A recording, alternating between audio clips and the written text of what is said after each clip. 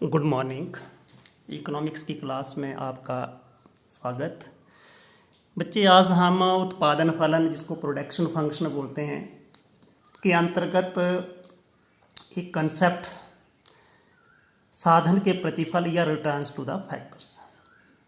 बच्चे, जब हम क्या करते हैं, किसी वस्तु का उत्पादन करते हैं तो उसके अंदर हम बहुत सारे फैक्टर्स का यूज़ करते हैं। बच्चे, अब रिटर्न्स टू द फैक्टर क्या है, what is returns to the factor, साधन के प्रतिफल क्या हैं, इसको हम समझने की कोशिश करेंगे कि एक साधन का जब हम प्रयोग कर रहे हैं या हम साधनों का प्रयोग कर रहे हैं, उसको जो प्रतिफल मिल रहा है, प्रतिफल का मतलब उसको जो रिटर्न मिल रही है, और उस साधन की वजह से जो उत्पादन हो रहा है, उसको हम क्या बोलते हैं, रिटर्न्स टू द फैक्टर। अब इसको हम थोड़ा सा क्या बोलते हैं, एक मैथमेटिकल टर्म है, उससे हम समझने की कोशिश करेंगे और इसी से हम डेफिनेशन निकालेंगे। ठीक है, this is the rough work, ये बिल्कुल रफ वर्क है। इससे हम इसको समझने की कोशिश करेंगे कि देखिए, क्यू एक्स किसी एक्स वस्तु का उत्पादन है, that is the function of L M N K and T. इसको थोड़ा सा समझना, फील करना है। एल क्या है, यहाँ पे लेबर है, श्रमिक है, श्रम की इकाइयाँ। एम क्या है, मैनेजमेंट के ऊपर भी हमारी प्रोडक्शन डिपेंड करती है, उत्पादन इसके ऊपर भी डिपेंड करता है, प्रबंध के ऊपर। एन क्या है, आपको पता है, हमारे प्राकृतिक रिसोर्सेज हैं, नेचुरल रिसोर्सेज हैं, जिसको हम बोल सकते हैं प्राकृतिक स्रोत हैं, जिसका हम वस्तु के उत्पादन में प्रयोग करते हैं, जैसे कच्चा माल वगैरह जितना भी आ रहा है। के स्टैंड्स फॉर कैपिटल, पूंजी का प्रयोग करते हैं, जैसे मशीनें वगैरह जो भी हैं, और टी इज टेक्नोलॉजी। ठीक है, इन सब का हम जो है वो प्रयोग करते हैं वस्तु के उत्पादन में। लेकिन हम क्या कर रहे हैं, अन्य ये जितने के जितने फैक्टर्स हैं, इनको हमने कांस्टेंट कर दिया, मतलब इनको हमने शिथिल कर दिया। सिर्फ हम इसमें चेंज कर रहे हैं, किसके अंदर, लेबर के अंदर। सिर्फ आपने क्या किया, अन्य साधनों को शिथिल रखते हुए, कीपिंग अदर फैक्टर्स कांस्टेंट। सिर्फ एक फैक्टर्स के अंदर हम क्या कर रहे हैं बच्चे, परिवर्तन कर रहे हैं, और उससे क्या हो रहा है, उत्पादन में भी परिवर्तन हो रहा है। इसको हम साधन के प्रतिफल कहते हैं। ठीक है, अब यहां से डेफिनेशन अपने आप आ गई कि साधन के प्रतिफल से आप क्या समझते हैं, अन्य साधनों को शिथिल, जब एक उत्पादक अन्य साधनों को शिथिल रखते हुए एक साधन की मात्रा को घटा या बढ़ा करके उत्पादन में वृद्धि या कमी करता है, तो उसको हम क्या बोलते हैं, साधन के प्रतिफल।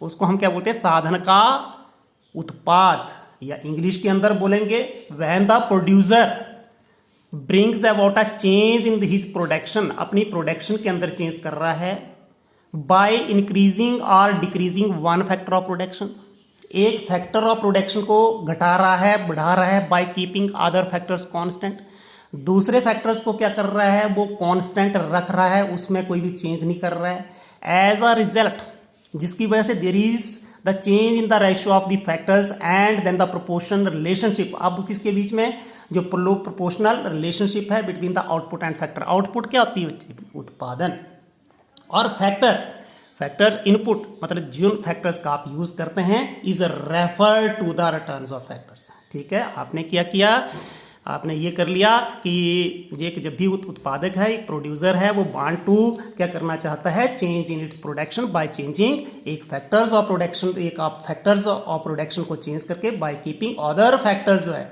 दूसरे फैक्टर्स को कांस्टेंट रख रहा है। उसकी वजह से क्या, फैक्टर रेशियो चेंज होगा, फैक्टर रेशियो चेंज होने से आपकी आउटपुट चेंज होगी, तो जो आउटपुट मिलेगी उस फैक्टर को, that is called returns to the factor. समझ आ गई होगी। आपने क्या करना है, अन्य साधनों को शिथिल रखना है, एक साधन में वृद्धि या कमी करने के फलस्वरूप जो आपके उत्पादन में वृद्धि या कमी होती है, उसको हम साधन के प्रतिफल कहते हैं। ठीक है, ये हमें याद हो गया। अब साधन के प्रतिफल कितने प्रकार के होते हैं, 3 प्रकार के होते हैं। अब हमने इसको समझने की कोशिश करनी है बार बार। ठीक है, बारी बारी इसको समझने की कोशिश करनी है। पहला आपका आएगा साधन के बढ़ते प्रतिफल।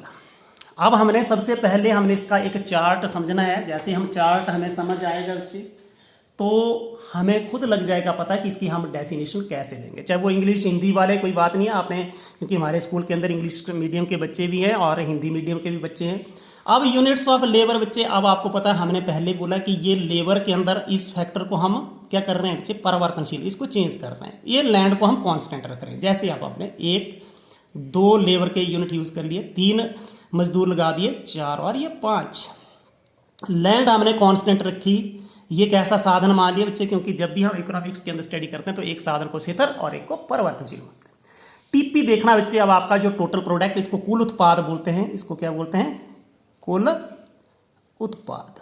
ठीक है, टीपी पहले कितना था बच्चे, मान लीजिए 4 था, अब दूसरी इकाई लगाने से बढ़ गया वो 6 और ये बन गया आपका 10। ठीक है, तीसरी लगाने से कितना हो गया 18, देखिए 6 10 8 18 और अब आपने 10 2 2 करके बढ़ा रहे हैं, आपके 28 और ये 12 40। आप कुछ भी कर सकते हो, आपने क्या करना है, पहले जैसे कोई भी इधर आपने ले सकते थे, कुछ भी ले सकते थे, जैसे 3 ले लिया, 3 3 6, फिर आपने 6 5 11 ऐसे करके एक आपने अगली इसमें बढ़ाना है। अब देखिए बच्चे, एमपी निकालना कैसे निकालते हैं ये तो आपको पता, पहली इकाई कितना उत्पादन कर रही है 4, दूसरी इकाई निकालने से 10 होगी, इसका मतलब दूसरी इकाई ने कितना उत्पादन कर दिया 6, 10 में से 6 घटा दिए। अगले वाला, इसको सीमांत उत्पाद बोलते हैं, marginal product of second unit, marginal product of third unit, मतलब सीमांत उत्पाद कितना, ये तो बिल्कुल आसान है। अगले इसको हम क्या बोलते हैं, TPN माइनस TPN-1 से 18 माइनस 10 चलेगी 8, मैं फिर समझाऊंगा इसको, यहाँ पे 10 और इधर हो गए 12। इसका मतलब क्या है कि पहली इकाई, सिर्फ पहली इकाई किसकी श्रम की 4 उत्पाद कर रही है 4 यूनिट का, दूसरी देखिए 6 का कर रही है, तीसरी 8 कर रही है, चौथी जो है वो 10 कर रही है, पांचवी 12 इकाइयों का उत्पाद कर रही है। और यहाँ पे क्या हो रहा है, एक ऐसी स्थिति है जिसके अंदर उत्पाद जो है वो बढ़ती हुई दर से बढ़ रहा है। इधर कितने बढ़े 6, इधर कितने बढ़े 6, इधर 8 बढ़ गए, इधर कितने बढ़ गए, इधर देखिए 6 बढ़े, इधर 8, इधर 10 और इधर कितने बढ़ गए 12। यानी कि कुल उत्पाद जो है आपका टोटल प्रोडक्ट इंक्रीज कर रहा है, बढ़ रहा है विद इंक्रीजिंग रेट। तो इसको हम बोलते हैं increasing returns to the factor. साधन के बढ़ते प्रतिफल एक ऐसी स्थिति होती है जिसके अंदर कुल उत्पाद बढ़ती हुई दर से बढ़ता है और सीमांत उत्पाद भी बढ़ता है। ये लग गया समझ, हिंदी के वालों को समझ आ गई कि साधन के बढ़ते प्रतिफल एक ऐसी स्थिति है जिसके अंदर देखिए कुल उत्पाद बढ़ती हुई दर से बढ़ता है, इंक्रीजिंग रेट, यहाँ पे 6 बढ़े 8 बढ़े 10 12 और यहाँ पे सीमांत उत्पाद बढ़ता ही जा रहा है 4 6 8 10 और 12। यहीं से डेफिनेशन बन गई। इंग्लिश वाले, increasing returns to the factors refer to the situation, एक ऐसी सिचुएशन होती है इन विच आउटपुट, ये this is the total product भी लिख सकते हैं, output that increases with increasing rate and MP also increases, marginal product of the factor that is also increases. ठीक है, यहां तक समझ आ गई बच्चे। अब आपने क्या करना है, इसके लिए ग्राफ बनाने, कैसे बनेंगे बच्चे, अब यहाँ पे ध्यान को सुनिए। यदि आपने इसको ड्रा ही करना तो ड्रा भी कर सकते हो, और नहीं तो आपको पता होना चाहिए कि हमने इसको कैसे बनाना है। ठीक है, यदि ड्रा करने तो ड्रा कर लेते हैं। यूनिट्स ऑफ फैक्टर हमने 5 लिए, 2 3 4 और 5। और टीपी कितना है, यहाँ पे देखिए मैक्सिमम टीपी हमारा 40 है, 40 तो यहाँ पे 10 20 30 और ये 40। लेकिन ये बनाना नहीं है आपने, ये जनरल आपने याद रखना है। अब देखिए ये 1 2 3 4 और ये 5, यहाँ पे थोड़ा सा हो गया। अब देखिए 1 यूनिट लेबर का यूज करते हैं तो 4 यहाँ जैसे आएगा, 2 का यूज करते हैं तो कितना आएगा, देखिए 10, टोटल प्रोडक्ट कितना 2 के ऊपर 10 है, 3 के ऊपर कितना 18, ये तो बिल्कुल छोटा छोटा ग्राफ है आप कर सकते हो। 4 के ऊपर कितना 28, 4 के ऊपर चले गए 28, 5 के ऊपर कितने हो गए 40। तो आपका ग्राफ ऐसे बनेगा। ये कौन सा ग्राफ बन गया, टीपी। ये कौन सा बन गया, टोटल प्रोडक्ट। इसका मतलब देखिए ग्राफ के अंदर जो आप देख सकते हो कि आपका कुल उत्पाद टोटल प्रोडक्ट बढ़ रहा है, इंक्रीज कर रहा है विद इंक्रीजिंग रेट, बस इतना लिखना है आपने। देखिए दूसरा यूनिट्स ऑफ लेबर है और इधर आप लिख रहे हो एमपी, एमपी मार्जिनल प्रोडक्ट, सीमांत उत्पाद। वैसे ही कितना 1 2 3 4 और इधर 5 कर दिया। इधर कितने 10 12 तक है ना, 2 4 6 8 10 12। ठीक है, 2 4 6 8 10 और 12। अब देखिए 1 के ऊपर कितना है 4, 1 के ऊपर हम चले गए 4, 2 के ऊपर कितने हैं 6, ठीक है 2 पे 6, 3 पे कितना हो जाएगा 8, 4 पे 10 और 5 पे 12। ये एक स्ट्रेट लाइन ग्राफ आएगी ऐसे। इसका मतलब आप देख रहे हो, इससे क्या लग रहा है पता आपका, इससे यही लग रहा है पता कि आपका ये जिसको बोलते हैं, स्केल का यूज करना था, ये नॉट स्केल। तो इसका मतलब क्या हो गया कि आपका ये कौन एमपी, ठीक है, जो एमपी है वो बढ़ रहा है। कैसे, एमपी जो बढ़ रहा है विद या MP that is also increasing. चित्र से आप लिख सकते हो, चित्र से ज्ञात होता है कि हमारा सीमांत उत्पाद भी बढ़ रहा है, marginal product that is also increasing. ठीक है, अब इसके कारण लिखना है कि इसके क्या क्या कारण हो सकते हैं बच्चे। ठीक है, अब आपको पता है कि जब हमने यहाँ पे क्या किया है, एक फैक्टर जो था हमारा परिवर्तनशील था, दूसरा था हमारा शिथिल साधन, fuller utilization of fix factor जो है शिथिल साधन का पूर्ण प्रयोग बच्चे। जैसे बच्चे अब आपको थोड़ा सा मैं एग्जांपल बताने की कोशिश करता हूँ बच्चे। मान लीजिए आपका एक ये खेत है, ये क्या है बच्चे, खेत है, 1 हेक्टेयर खेत है, 100 मीटर लंबा है, 100 मीटर चौड़ा है। तो ये तो फिक्स फैक्टर हो गया, फिक्स फैक्टर मतलब शिथिल साधन हो गया। अब आपने इसके ऊपर लेबर लगाई 1, मजदूर लगा दिया 1, तो बच्चे इसका पूरा यूज नहीं होगा। लेबर लगा दिया आपने 2, थोड़ा सा यूज होना बढ़ा गया, शुरू हो गया। लेबर लगा दी 3, लेबर आपने लगा दी 4, श्रमिक 4, 5, 6, 7 ऐसे करके। तो ऐसे होता है बच्चे, जब हम क्या करते हैं, शिथिल साधन के साथ परिवर्तनशील साधन की अधिक इकाइयों का प्रयोग करते हैं तो उसका पूर्ण प्रयोग होना शुरू हो जाता है। तो ये पहला कारण आ गया कि ये आपका टीपी क्यों बढ़ रहा है, कुल उत्पाद क्यों बढ़ रहा है, fuller utilization of fix factor, शिथिल साधन का पूर्ण प्रयोग। जैसे हम शिथिल साधन के साथ परिवर्तनशील साधन की अधिक इकाइयों का प्रयोग करते हैं तो शिथिल साधन का पूर्ण प्रयोग होना शुरू हो जाता है, इसलिए टीपी बढ़ता है। When we use variable factors, more units of variable factor with the fixed factors, then fuller utilization of the fixed factor that becomes possible as the result TP that increases, TP that increase करती है with increasing rate। दूसरा है increasing the efficiency of variable factor। जैसे जैसे हम क्या कर रहे हैं, we are using, जब हम क्या कर रहे हैं परिवर्तनशील साधन की अधिक इकाइयों का प्रयोग कर रहे हैं तो उससे उसकी कुशलता में वृद्धि आती है, efficiency of the variable factor that increases.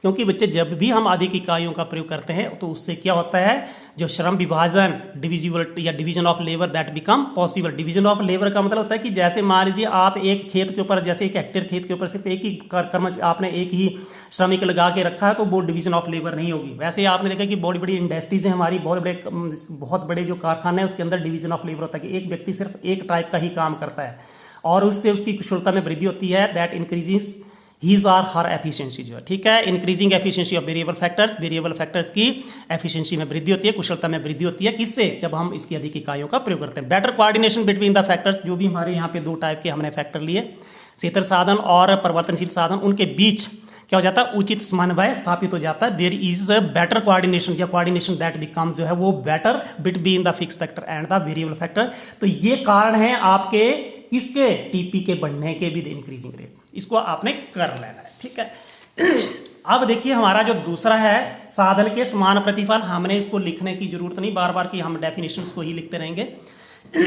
अब आपने यहां से समझना है, फिर मैं एक चार्ट बनाने जा रहा हूं। आइए हम जो है वो एक ड्राइंग का चार्ट, ये यूनिट्स ऑफ लैंड हम ले रहे हैं। देखिए बच्चे, अब आपने यूनिट्स ऑफ लेबर तो आपको पता है ये बढ़ रहे हैं, 2, 3, 4 और ये 5 लेबर के यूनिट्स हमारे बढ़ रहे हैं।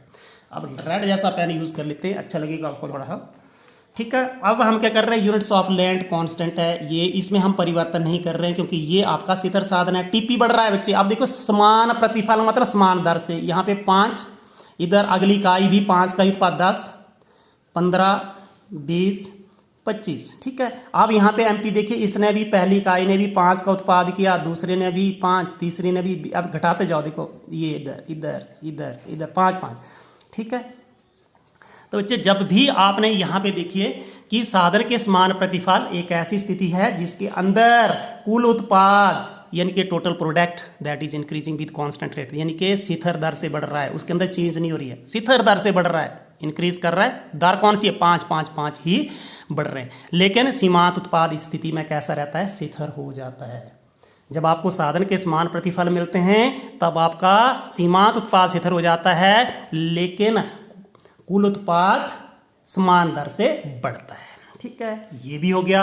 अब जब आप इसका ग्राफ बनाएंगे, अब मैं बनाने जा रहा हूं, यहाँ पे O X Y, यहाँ पे हम क्या लेंगे टीपी, और इधर ले लिया हमने, क्या लिखेंगे हम, यूनिट्स ऑफ लेबर लिख लेना। मैं थोड़ा जल्दी लिख रहा हूँ, ये यहाँ पे भी यूनिट्स ऑफ लेबर। ठीक है, ये यूनिट्स की तरह यूज़ किया हमने 5, 1 2 3 4 और ये 5, इधर भी 1 2 3 4 5। ग्राफ पेपर के ऊपर करेंगे तो बिल्कुल सही आएगा। ये 5 10 15 20 और 25, और इधर कितने आपके, ये 5 ही हैं। ठीक है, इसको हमने चेंज करने की जरूरत है, इधर एमपी। अब देखिए बच्चे, आपके सामने ग्राफ बन रहा है, एक के ऊपर कितना है, एक के ऊपर कितना है 5, एक की सीध में चले गए ये 5 10 15 20 25, एक की सीध में 5, 2 है आपकी श्रम की इकाइयाँ यूनिट्स ऑफ लेबर 2 हैं तो ये आपके 10, 3 है तो आपके 15, 4 हैं तो आपके 20, 5 है तो आपके 25। आप इसको भी बता सकते हो क्या है आपकी जो ये तालिका को या आप टेबल में आप बता सकते हैं कि यहाँ पे क्या हो रहा है कि जो आपका कुल उत्पाद है वो समान दर से बढ़ रहा है with that is increasing with constant rate. ठीक है, when more factors of labour they are use, जब हम श्रम की अधिक इकाइयों का प्रयोग कर रहे हैं तो कुल उत्पाद समान दर से बढ़ रहा है और एमपी सीथर है। ठीक है, तो ये बन गया टीपी, टोटल प्रोडक्ट, कुल उत्पाद। अगले वाला देखिए ये 5 ही है, इसमें चेंज नहीं हो रही है। अब देखो 1 तो 5, देखो 2 है तब भी 5, 3 है तब भी 5, 4 है तब भी 5, 5 है तो 5 ही रहेगा। ठीक है, तो यहाँ पे जो सीमांत उत्पाद है किसका, परिवर्तनशील साधन का, वो स्थिर रहता है। ठीक है, सीमांत उत्पाद मार्जिनल प्रोडक्ट्स यानी कि सीमांत उत्पाद किसका, परिवर्तनशील साधन का स्थिर रहता है। The marginal product of variable factor that is constant. ठीक है, समझ आ गई होगी। अब हो सकता है इसके आपने रीजंस पढ़ने हैं कि आपको ऐसे ऐसे प्रतिफल क्यों मिल रहे हैं। ठीक है, साधन के समान प्रतिफल के मिलने के क्या क्या कारण है बच्चे। तो पहली बात क्या है बच्चे, आपने ध्यान पर सुनना है, जब भी आपको साधन के समान प्रतिफल क्यों मिलने लगे, तो पहला ऑप्टिमम यूटिलाइजेशन ऑफ किसका, फिक्स्ड फैक्टर। ठीक है, यानी कि स्थिर साधन का अनुकूलतम प्रयोग लिख सकते हैं या इष्टतम प्रयोग। जब आप क्या कर रहे हैं, जब आप ये कर रहे हैं, जैसे मान लीजिए मैंने अभी आपको एक एग्जांपल बताया कि आपके पास 1 हेक्टेयर लैंड है, जैसे जैसे आप वहाँ पे श्रमिकों की संख्या बढ़ाते जा रहे हो तो उसका इष्टतम प्रयोग होना शुरू हो जाएगा, ऑप्टिमम यूटिलाइजेशन शुरू हो जाएगी। दैट इज वाई आपका क्या होगा, जब इसका यूटिलाइजेशन शुरू हो जाएगी तो आपका टोटल प्रोडक्ट बढ़ेगा, कैसे, विद कांस्टेंट रेट के साथ। ठीक है, दूसरा है आइडियल फैक्टर रेशो।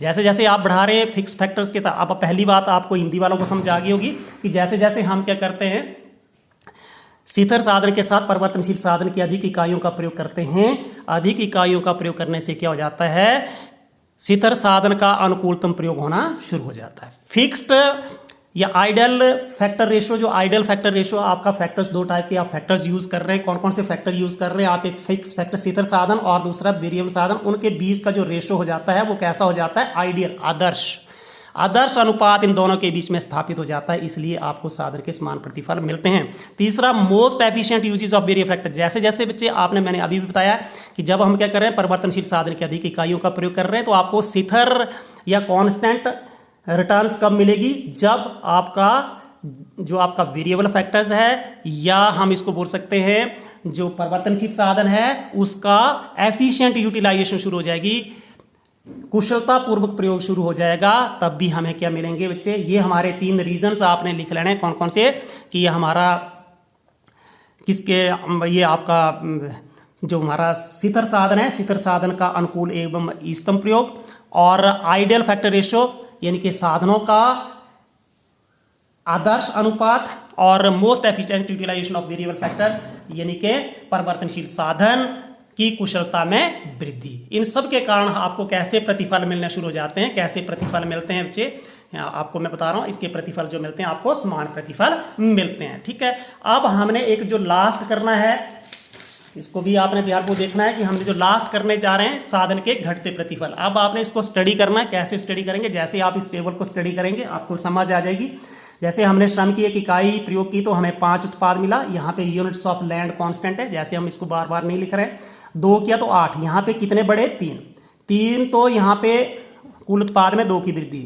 चौथी इकाई का प्रयोग किया तो इधर 1, इधर -1 हो गया, क्योंकि 5वीं इकाई से आपका कुल उत्पाद बढ़ा नहीं अपितु घट गया है। और इसमें से कितना हो गया, यहाँ पे 11 से 11 लिखने चाहिए थे, यहाँ पे 0, 11 से 11 0, और यहाँ पे आपका -1। ठीक है, अब यहाँ पे देखिए ये आपके पहली वाली इकाई का कितना उत्पादन कर रही है, 5। अब अगली ने सिर्फ 3 बढ़ाया, 8 में से 5 चले गए 3, इधर 2 10, 1 11, 11 के 11 और ये -1। अब यहाँ पे आप खुद देख रहे हो कि यहाँ पे आपका कुल उत्पाद क्या कर रहा है, यहाँ पे घट रहा है। ठीक है, पहले आपका क्या कर रहा है, कुल उत्पाद घटती हुई दर से बढ़ रहा है। कौन सी दर से बढ़ रहा है, घटती हुई दर से बढ़ा, यहां तक बढ़ा लेकिन कैसी दर से बढ़ा, घटती हुई। यहाँ पे your total product that is increasing with diminishing rate, मतलब घटती हुई दर से। लेकिन यहाँ पे देखो एमपी तो आपका घटता ही जा रहा है, एमपी में बढ़ोतरी कहीं पे भी नहीं हुई है। ठीक है, तो साधन के घटते प्रतिफल, इसकी हम डेफिनेशन लिखेंगे, साधन के घटते प्रतिफल या डिमिशिंग रिटर्न्स टू द फैक्टर। एक फैक्टर को आपको डिमिशिंग रिटर्न मिल रही है, घटती हुई रिटर्न मिल रही है। कैसे? जब आपने आपने इसको हिंदी में समझा रहा हूँ कि साधन के घटते प्रतिफल वह स्थिति है जिसमें हम क्या करते हैं, शिथिर साधन फिक्स फैक्टर के साथ परिवर्तनशील साधन वेरिएबल फैक्टर की अधिक इकाइयों का प्रयोग करते हैं, तो आपका कुल उत्पाद घटती हुई दर से बढ़ता है और सीमांत उत्पाद घटता है। ठीक है, it is a situations, diminishing returns to the factor is a situations where when we use more factors of जो है वो variable factors, more units of variable factors with fix factors, then your total product that is increase with diminishing rate and marginal product that also decreases, decrease हो जाता है, तो हम इसको diminishing returns to the factors कहते हैं। जैसे ये लिख लिया। अब आपने इसको बार बार करने की जरूरत नहीं है। इसको कैसे आएगा, जैसे आपका ग्राफ वो ऐसे बना था, this graph will be like this, ये टीपी ग्राफ आएगा। आपने इसको ड्रॉ कर लेना है। यहाँ पे हम टीपी लिख रहे हैं यूनिट्स ऑफ, और यहाँ पे यूनिट्स ऑफ लेबर लिख रहे हैं। और अब जब आपने यहाँ पे देखिए 5 से चला, मान लीजिए कहीं पे ये हो सकता है, और ये आपका एमपी चलते चलते कैसे हो जाएगा, ये माइनस में भी जा रहा है। पहले ये आप इसको जब भी ड्रॉ करेंगे तो ये क्या होगा, पहले क्या होगा, घटेगा, फिर 0 पे आ रहा है और उसके बाद ये नेगेटिव हो रहा है। जब आप when you use more units of labour, जैसे यहाँ पे कोई भी यूनिट ऑफ लेबर जैसे आपने 6 यूज कर ली तो ये घट गया है। इसको जब भी आप ड्रॉ करेंगे आपको लग जाएगा पता कि कैसे करना। इसके कारण क्या हो सकते हैं कि व्हाट आर दी काजेस की साधन के घटते प्रतिफल। अब बच्चे इसको भी मैं एक एग्जांपल की सहायता से समझाने की कोशिश करता हूँ कि कैसे ध्यान को सुनना है बच्चे। जैसे मान लीजिए मैंने वही एग्जांपल ले रहा हूँ, ये आपका हेक्टेयर खेत है, 100 मीटर लंबा है, 100 मीटर चौड़ा है। ठीक है, इसके ऊपर आप क्या कर रहे हैं, ये तो फिक्स फैक्टर था, इनके शिथिर साधन था। इसके ऊपर हम वेरिएबल फैक्टर इनके हम बोल सकते हैं परिवर्तनशील साधन, एक श्रमिक लगा दिया, फिर दूसरा लगा दिया, फिर हमने तीसरा लगा दिया, फिर हमने चौथा लगा दिया, फिर हमने श्रमिक 5वां लगा दिया, श्रमिक 6ठा लगा दिया। अब इसमें से जितना इसने मैक्सिमम उत्पादन करना था, मान लीजिए कि इसमें से 20 क्विंटल गेहूं का उत्पादन होना था, वो हो चुका है। अब आप एक और इकाई का उत्पादन लगा रहे, हो सकता है कि वो 20 क्विंटल ही रहे उत्पादन, बढ़िया नहीं, फिर एक और लगा रहे हैं, तो अब क्या हो, 20 की वजह से 19 ना हो जाए, क्योंकि ये जो लेबरर आएगा इसके पास कोई काम नहीं है, ये क्या करेगा, ही विल और she will disturb the other labourers है। ठीक है, मिसमैनेजमेंट शुरू हो जाएगी, उसकी वजह से आपके कुल उत्पाद बढ़ने की बजाय घटना शुरू हो जाता है। तो तभी तो बोलते हैं कि किसी काम को करने के लिए जितने आदमियों की जरूरत है उससे अधिक आदमी नहीं लगाने चाहिए। ठीक है, अब इसके अंदर भी वही आ रहा है कि आपका कुल उत्पाद जो है एक सीमा के पश्चात, ठीक है, एक लिमिट के पश्चात ये घटना शुरू हो जाता है। इसके कारण क्या क्या है बच्चे, आपको पता है कि जब भी उत्पादन के कुछ शिथिर साधन है, देयर आर जो है आप लिख सकते हैं फिक्सिटी ऑफ फैक्टर्स, जब आपका शिथिर साधन का पूर्ण प्रयोग होना शुरू हो जाता है, उसके बाद भी आप क्या करते हैं बच्चे, उसके बाद भी हम क्या करते हैं, उत्पाद या परिवर्तनशील साधन की अधिक इकाइयों का यूज करते हैं, when you B use more units of variable factor, तो आपका कुल उत्पाद बढ़ने की बजाय घटना शुरू हो जाता है। उसके बाद कारकों की कम समन्वयता, जैसे अब मैंने बोला poor coordination between the factor. अब आपने देखा कि जहां तक लगाने, जब तक लोगों के पास काम था, जितने आदमियों की जरूरत थी वहां तक तो आपने लगा दी, उसके बाद भी आप लगा रहे हो तो वहां पे कोऑर्डिनेशन की कमी आ जाएगी। There will be coordination, less coordination between the factors, इनके साधनों के बीच समन्वय की कमी हो जाएगी, जिसकी वजह से आपका कुल उत्पाद बढ़ने की बजाय घटना शुरू हो जाएगा। अपूर्ण साधन इसके स्थानापन्नता। अब हम क्या कर रहे हैं बच्चे, एक तो फिक्स फैक्टर है, उसके साथ हम बहुत सारे परिवर्तनशील साधनों का प्रयोग कर रहे हैं, कुल उत्पाद बढ़ता जा रहा है, बढ़ता जा रहा है। एक ऐसी स्थिति आएगी जहां पे पहले कांस्टेंट हो जाएगा, समान हो जाएगा, उसके बाद ही घटना शुरू हो जाएगा। क्यों? क्योंकि हमारा जो फिक्स्ड फैक्टर्स होते हैं, जो भी हमारे जो फैक्टर्स होते हैं, वो पूर्ण रूप से स्थानापन्न, they are not the perfect substitute of each other, जो एक दूसरे के परफेक्ट सब्सटीट्यूट नहीं होते कि जितना एक काम करेगा उतना ही दूसरा काम करेगा। और उसकी जो अपूर्ण जो है वो साधन, इसको बोल सकते हैं स्थानापन्नता की वजह से भी क्या हो जाता है कि आपका कुल उत्पाद बढ़ने की बजाय घटना शुरू हो जाता है। तो आपने यहाँ पे 3 टाइप के रिटर्न्स आपको मिली, बढ़ती हुई, साधन के बढ़ते प्रतिफल, साधन के समान प्रतिफल और साधन के घटते प्रतिफल। Increasing returns to the factors, constant return to the factor and diminishing returns to the factors। ठीक है, आपको शायद ये मेरा वीडियो जो है अच्छा लगा है, यदि अच्छा लगा तो लाइक शेयर एंड सब्सक्राइब। ठीक है, थैंक यू।